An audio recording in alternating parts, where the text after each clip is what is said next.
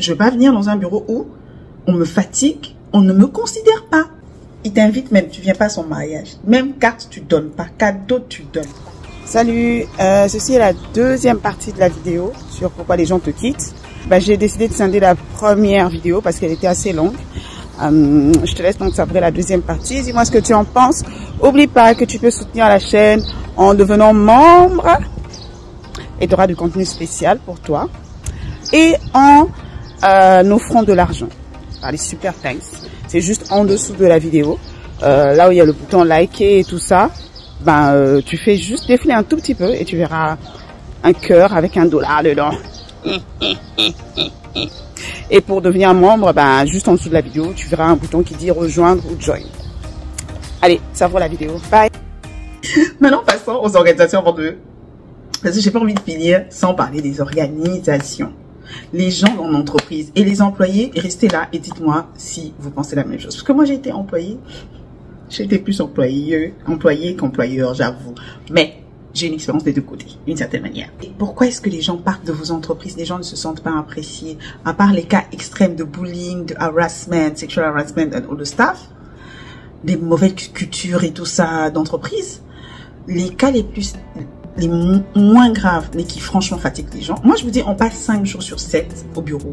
On passe 8 heures ou plus par jour au bureau. En fait, la majeure partie de notre temps, quand on est adulte, quand on travaille, on la passe au bureau. Donc, je vais pas venir dans un bureau où on me fatigue, on ne me considère pas, on n'apprécie pas ma personne, encore moins mon travail. Moi, je vous ai déjà dit ici, vous êtes irremplaçable. Parce qu'on aime trop dire ça au bureau, que ouais, personne n'est irremplaçable. Tu es irremplaçable dans ta vie, ta personne est unique. Donc, s'il y a quelqu'un qui vient tout le temps te rappeler que tu n'es pas irremplaçable, bon, pourquoi tu es toujours chez lui? En fait, il trouve quelque chose de bien que tu fais chez lui. Il trouve quelque chose de bien, même si c'est une chose minime que tu fais de bien. En tout cas, c'est sûr que c'est pour ça qu'il te garde. Pourquoi il te fatigue tous les jours à te dire que personne n'est irremplaçable dans ma boîte, personne n'est irremplaçable dans ma boîte. Bon, reste avec ta boîte. Ne dites pas ça à vos patrons.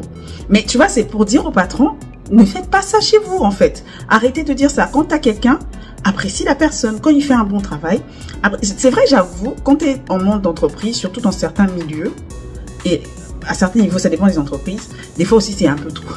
Tu as l'impression que c'est un peu trop. Genre, on te dit, oh, thank you for answering, nanana, merci d'avoir fait ça et tout.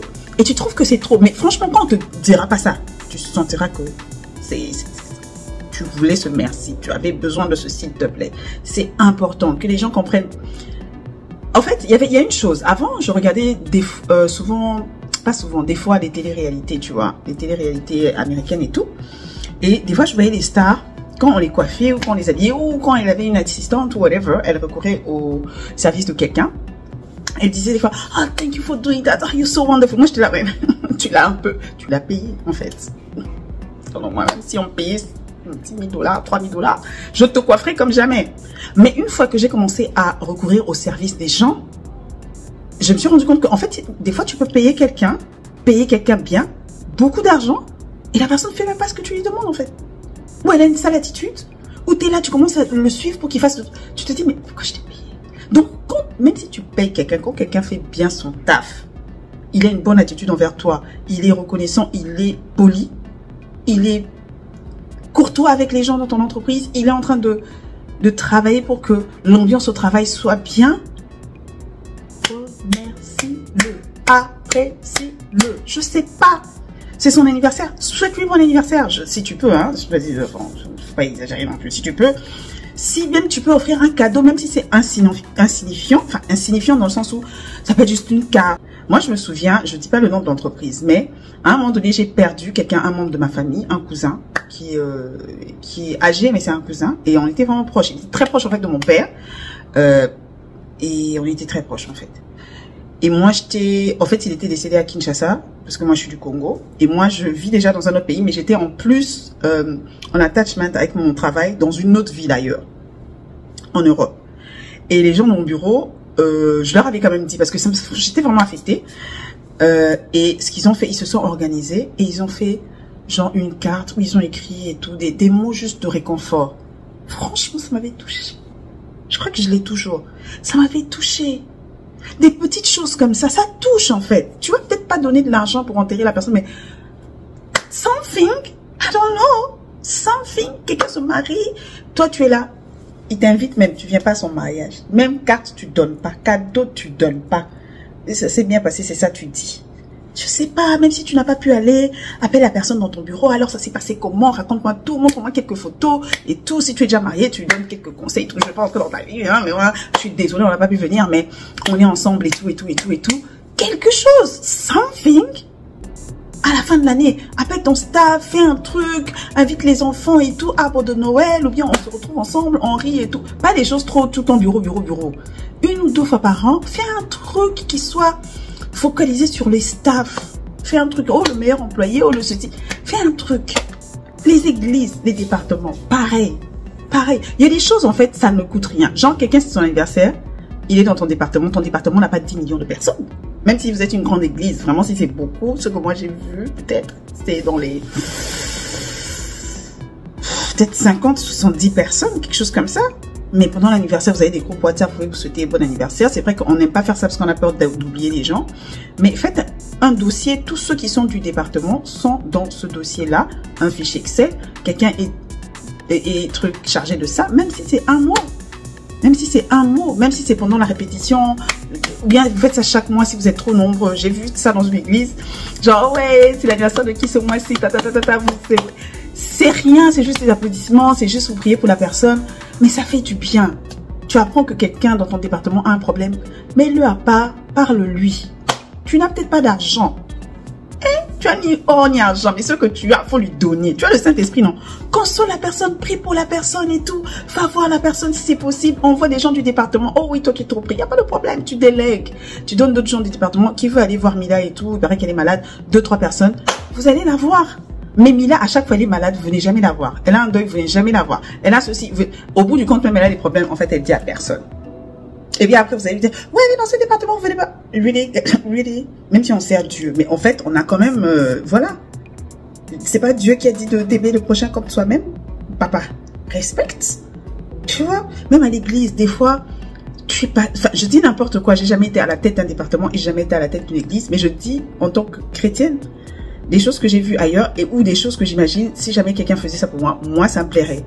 Genre, des fois, une fois par an, tu invites tous les serviteurs, c'est-à-dire les gens qui sont engagés dans les départements. Quand je dis département, c'est-à-dire les chrétiens évangéliques comprennent, c'est-à-dire peut-être la communication, la chorale, les gens qui nettoient l'église, les prédicateurs et enseignants, ça dépend. Il y a des gens qui ont ça, les gens qui préparent les autres au mariage, les protocoles, ceux qui nous accueillent à l'église, tout ça, ce qu'on appelle des départements dans les églises protestantes, évangéliques et tout. Et c'est des gens qui servent, généralement, ils sont pas payés. Là, j'explique pour les gens qui sont pas dans le milieu peut-être de l'église protestante ou whatever. Ils sont pas payés. Ils sont pas payés, ils servent Dieu, d'accord? Ils servent l'église des hommes, mais en se disant qu'ils servent Dieu puisque ces personnes-là viennent à l'église pour communier et pour prier Dieu. Mais quand ils sont pas payés, il n'y a pas de problème. Mais fais autre chose en fait. Reconnais-les de temps en temps quand ils font un truc bien. Tu remercies, tu dis vraiment et tout, le travail de la com et tout, abonnez-vous à notre page, likez et tout, ils font vraiment un travail formidable, des fois, applaudissements. Peut-être c'est pas tout le monde tout le temps, mais tu essaies de toute façon, tu as des assistants, ils vont te dire que, hey, cette fois-ci, tu as trop remercié, comme, oublie pas aussi le mois prochain, il faut remercier aussi tel. C'est comme ça.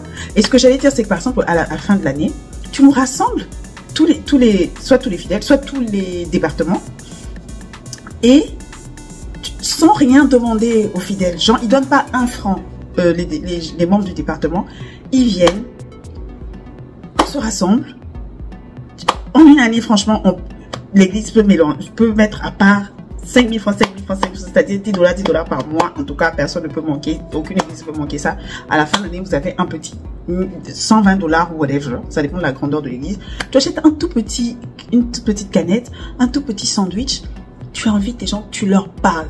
Tu leur dis merci. Je sais que vous servez Dieu, mais c'est moi qui suis à la tête de l'église. Et quand on me voit, on dit c'est le pasteur de telle église. Les gens voient ce que vous faites. Prenez, on va partager un petit pain, un petit coca, c'est rien, mais vous mangez ensemble. Tu as quelque chose, comme je dis toujours, tu as ni or ni argent, mais en tout cas, tu as le Saint-Esprit. Tu les mets là, tu les bénis, tu pries pour eux et tout. Quand ils sortent là, ils se disent que hey, on a eu un temps avec le pasteur. on a eu un temps avec le... Des fois même tu leur dis non, parler. Bon, tu évites aussi que ce soit un temps genre convivial, tu vois, pas un truc genre, ouais, critiquer, non, un temps convivial, peut-être gratitude, que quelqu'un dise 3 choses qu'il a aimé dans cette année, vous riez, vous... Something, tu vois. Tu organises des retraites avec les chefs de département, toi et les chefs de département, tu transmets ce que tu veux. Something. Hein, les gens ne reçoivent pas l'argent de toi, mais les gens reçoivent l'enseignement de toi. Moi, il y a des choses, non, hier encore, oui, franchement, j'y pensais. Il y a des choses, j'ai reçu des fois des pasteurs, genre il y a 15 ans ou 12 ans, mais une conversation, 2 conversations, tu as impacté la vie de quelqu'un. À chaque fois que quelqu'un se retrouve dans une situation, il dit, ah, voici comment tel, voici comment il se comporte, voici ce qu'il m'a dit. Tu l'as impacté, tu lui as pas donné de l'argent, mais tu lui as montré que... Et ces gens-là, tu vois, la personne à qui je pensais, c'était le pasteur Tom, c'était à lui que je pensais. Et je ne m'oublierai jamais. La première discussion qu'on a, on n'a pas eu 10 millions de discussions, mais l'une des discussions qu'on a eues, je me rappellerai toujours, c'est que c'était sur le baptême. Je vais pas donner le truc pour ne pas faire de débat, mais c'était sur le baptême. C'était sur, fallait-il que je me baptise ou non? Mais c'était pour une certaine, il y avait une certaine raison. Et on a discuté. Quand on a fini, il a dit, bon, c'est pas grave. La simplicité, c'est ça. Il a dit, c'est pas grave. Moi, je te dis ce que je pense que la Bible dit, ce que je comprends de ce que la Bible dit. Et le Saint-Esprit, si tel est le cas, te convaincra. Et quand on a commencé à prier, je sais que ça a l'air de rien, mais il priait tout à l'heure, il disait, ta servante, moi je venais à peine de recevoir Jésus-Christ comme Seigneur et Sauveur, j'ai dit que, moi-même j'ai ouvert l'œil comme ça, servante. Mais tout ça, ça fait sentir somebody appreciate because yes, tu as reçu Christ, tu le suis, tu es sa servante. Mais je dois te demander que cette nouvelle personne qui vient de recevoir Christ là, mais il va même pas avoir de discussion avec toi. Parce qu'il va se dire, moi je suis le méga pasteur, toi tu discutes, c'est quoi ton problème? Tu vois? Apprécier chaque personne. Apprécier chaque personne. Et c'est pareil aussi pour ceux qui sont en bas vers ceux qui sont en haut. Des fois, tu te demandes pourquoi les leaders ne veulent pas de toi dans les projets. Les leaders ne veulent pas de toi comme numéro 2. Les leaders ne veulent pas te promouvoir. Est-ce que tu les apprécies? Comment tu te comportes avec eux? En tout cas, je voulais que la vidéo soit un peu courte, mais elle est un peu longue. Et c'est un conseil, franchement, que je nous donne à nous tous. Parce que ça me fait très... Moi, ce qui me fait mal dans les êtres humains que nous sommes, c'est que trop souvent, je trouve, on rejette la faute sur les autres. On rejette la faute sur l'autre. On rejette la faute sur la société, le monde, comment il est devenu méchant, les démons, les sorciers, tout le monde, quoi. Sauf nous. Quand on se rejette la faute, c'est pour que les autres nous plaignent et nous disent, oh non, tu es tellement bien. Non, en fait, non. On doit prendre nos responsabilités et accepter là où on a tort et essayer d'arranger. Du moins, acceptons d'abord là où on a tort et essayer d'arranger. Et même si tu acceptes là où tu as tort, par exemple, tu modifies pas forcément de tout ton comportement avec ton conjoint, mais tu lui dis, oh, moi chérie, j'accepte là, souvent, je suis très critique, nanana, mais peut-être, voilà, d'ailleurs, ne te justifie pas, dis seulement que je vais essayer de faire un effort, nanana, de temps en temps, rappelle-moi. Au moins, ça va lui faire genre, oh my god, c'est qu'il pense vraiment à ce qu'il me fait, ou elle pense vraiment à ce qu'elle me fait quand elle me dit ça, ça. Ok, tu vois. Donc, changeons. Les gens ne vont plus jamais quitter nos entreprises, ne vont plus jamais quitter nos familles. Les clubs, tout ce que j'ai dit là, mettez sur vous, surtout vous, clubs. On ne vient même pas pour Dieu. Vous ne payez pas. On n'a aucun lien de sang, frère. Ah. C'est là que j'ai fini.